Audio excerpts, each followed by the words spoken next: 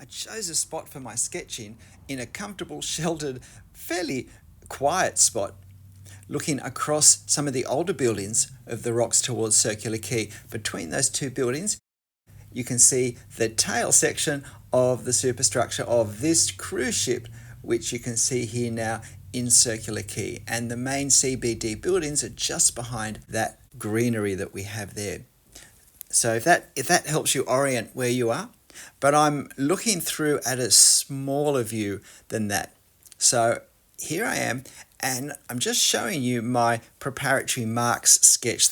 For probably an outdoor drawing, the 5 minutes I spend exploring marks, and not just marks, but also scale, the size, and helping me to work out where the starting point would be once I work out how large it's going to be. So I find it just as important to do these preparatory sketches, and of course they do get you a little bit warmed up as well with hand-eye coordination and just get some confidence into our movements. So big fan of that, big fan of not starting straight away, because I learnt things here that would have worked against my drawing if I hadn't worked them here. And in just one or two spots in this drawing, it was a bit of a gusty grey afternoon, I did work on some of the details as well, just to see how they were going to look, particularly with the size pen I was going to use. So now we get back to our view, and I've been drawing for a little bit, and when we look back up at the view, you'll see where I've started. It's sort of in the centre of the scene. There's building behind that goes higher, and there's buildings all around it.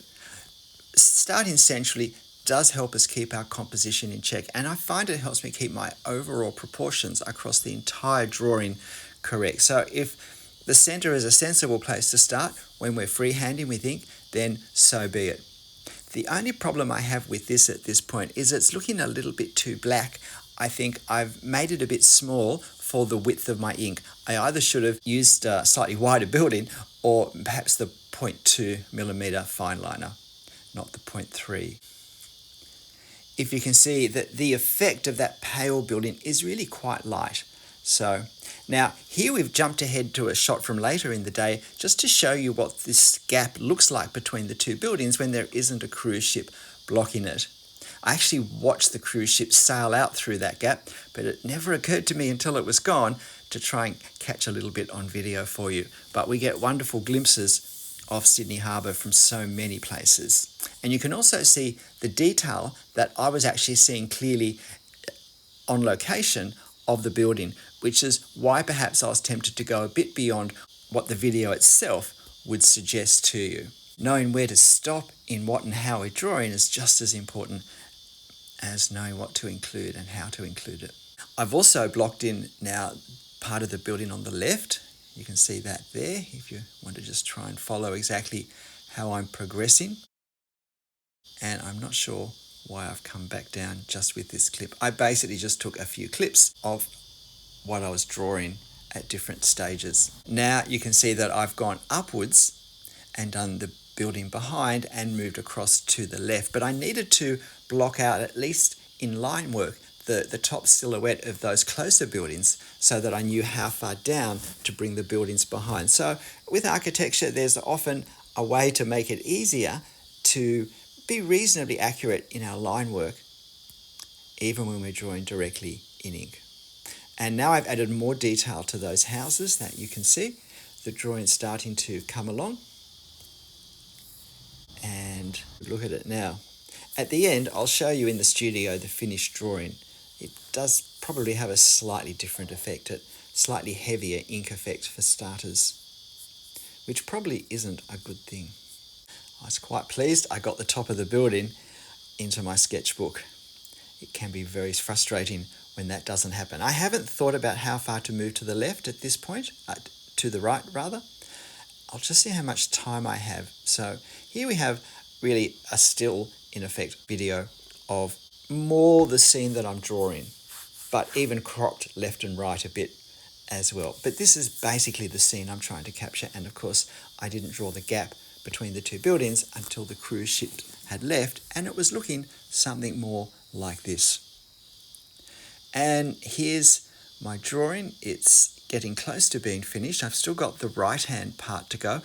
the day was really crashing out on me. I didn't have much time left to go and catch my train back from the city. So I was feeling a bit under pressure, but I was pleased with how the drawing had spaced on the paper in the left and upper and lower section. And I would have liked to have done a few columns of those windows in the building on the right. But I just really didn't have time to do that. So this is how it finished up. And then I began to madly pack up my things so that I could get my train. But if you know Sydney, this is a great location to draw. There is some shade. There are places to sit or to perch. Quite a few different views by moving up or down various levels as we come down the ridge. And really a great place to experience the joys of urban sketching, of sketching on location. So let's have a look at this now in the studio. And here we have it. So now this is slightly blacker than life, as opposed to slightly lighter than life, as you were seeing through the videos.